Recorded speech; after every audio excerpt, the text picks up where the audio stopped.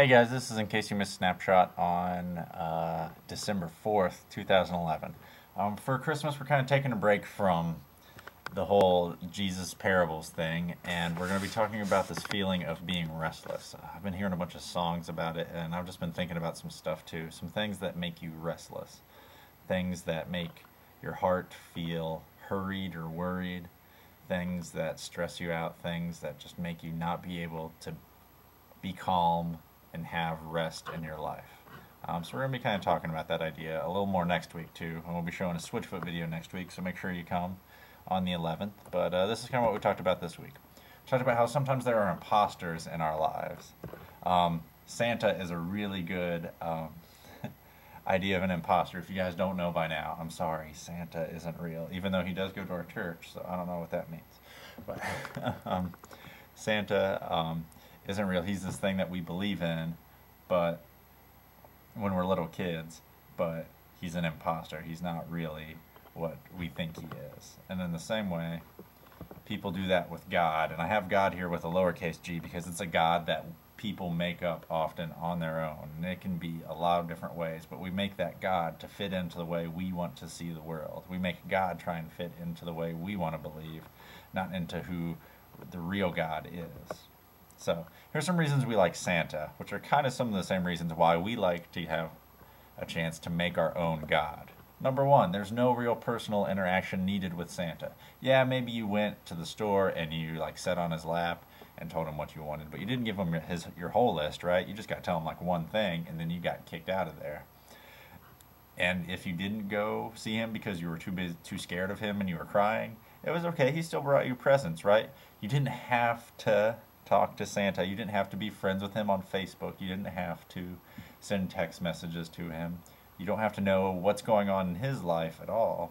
All you know is that he brings you presents. Number two, Santa was black and white. Either you made the nice and naughty list or you didn't.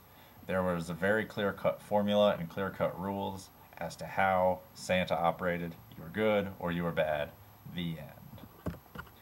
He brought you presents based on your behavior, a clear reward system based on the desires of your heart, right? You got to ask for anything you wanted from Santa. I want an Xbox 360. Santa is supposed to bring those things to you just because of the way you acted. Something that you could control, right? Something we can control. That's the big thing. It's something we want to be able to control. We can control Santa. It makes sense to us. But when it comes to God, we can't control it, and that's why people would rather make their lowercase g God instead of listening to the real uppercase G God. Kids who are bad end up getting presents anyway, right? There's no real recourse to your actions. You're not... I haven't met too many parents or kids that a kid did something bad and they actually took presents away from the kid and the kid didn't get any presents, right?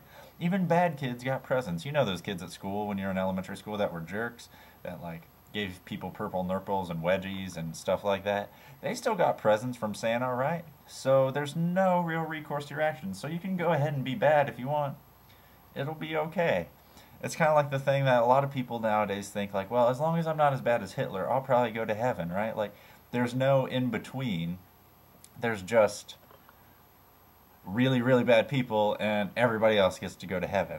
And that's the way people like to think about it because they don't want to make hard decisions. They don't want to face hard realities, things that might not be easy, that might not be fun. They don't want to deal with those. They want to get into heaven anyway. They want to get their presents even if they're bad, right? So, lowercase g God versus Santa. It's not just asking for wishes, right? That's the reason why we like Santa. That's the reason why people like making their own God, their lowercase g God, because we can just ask him for wishes. Or you go talk to God. You know people who go talk to God, and the only time they talk to him is when something is going bad in their life. And they're like, God, why are you doing this to me? It's not just about asking God for wishes. It's about getting to know him personally. The lowercase g God that we create is to back up our ideas and our beliefs. The way we see the world, that's how our God sees the world, right? Has nothing to do with what the real God has to say about a situation. We want our God, the lowercase g God, to back up what we believe.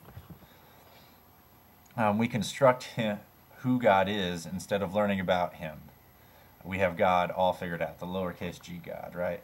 It's easy, we know him. There's this guy named Maslow who was a psychologist, and he worked on some things. And maybe you guys have heard some of this. We have basic needs, right? Like you need to have food, water, warmth, shelter, rest. Then you want to make sure that you're safe, like you don't get eaten by wolves, right? Stuff like that. And then you have belongingness. You want to be part of a group of friends. Even if you're one of those people who thinks that you don't want to, you still want some people to like you, right? Then you have esteem needs. You want people to make you feel like you're important, like you're valued.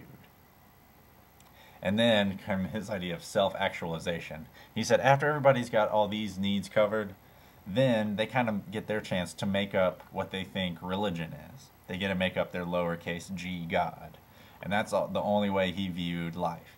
There wasn't a real God. It was just, once we get to this stage, the self-actualization stage at the top, that's where you get to make up God.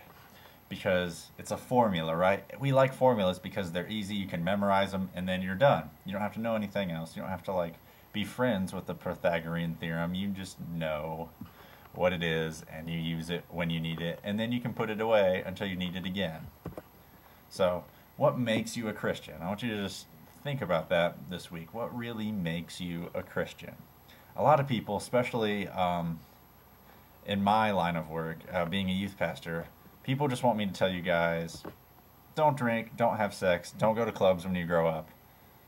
That's what they think being a Christian is. It's a whole lot more than that. Remember, it's not about the small case G God, not making him fit into our worldview, right? That's the same thing. Being like, well, God doesn't want people to do that stuff. It's true, he doesn't, but it's because the bigger case G God, the real God, loves us and he doesn't want us to get hurt. But the closer you get to him, the more you won't want to do those things. That's why you don't hear me talk about these things too much, because the closer you get with God, it's like being in a relationship. I wouldn't want to do something to hurt my wife, Janine. I wouldn't do it at all. If it's something I know that's going to hurt her, I'm not going to do it. In the same way, if you love God and you have that close relationship with him, you're not going to do stuff that's going to hurt him and hurt yourself, right? So, this whole idea, this formula that we have for being Christians is, you know, this set of behaviors. It really just sounds like the Santa thing, making a list and checking it twice, doesn't it? So, we talked about this thing called the lifeboat system, how at your school there's sometimes the social ladder. You know, you could probably, if I went to your school, you could point out to me the kids who were cool, the kids who weren't cool, who was really high on the social ladder, who was really low on the social ladder, right? You could probably put people pretty close to in order as to where they are, at least in your grade, if nothing else, right? And because of this, a lot of people fight and they don't want to be associated with people who are lower than them on the social ladder because it might take them down too. This is the way, a formula of life that happens, especially when you guys are in school. It happened when I was in school. I lost a lot of friends just because of it, because I was dorky and I was weird. I read comic books and nobody wanted to be associated with me that was really cool. So people I was friends with my entire life growing up, when we got to 7th, 8th, 9th grade, they were like, you know what, Brian? They would make fun of me, say terrible things about me, in front of other people too, so that way they would distance themselves from me and they would be okay. It's like a lifeboat, right? Like if you get kicked off, then you're drowning, right? You die. That's how important it feels. But I want you guys to know that that's a formula of the world, and that's not how God sees the world. So we're going to be talking about that next week. That's something that makes me feel really restless, and I know it makes you guys feel restless at school too. So we're going to be talking about that next week. So hope you guys have a really awesome week. I'll be praying for you guys. We love you like always. Hopefully we'll see you on Sunday again. God bless.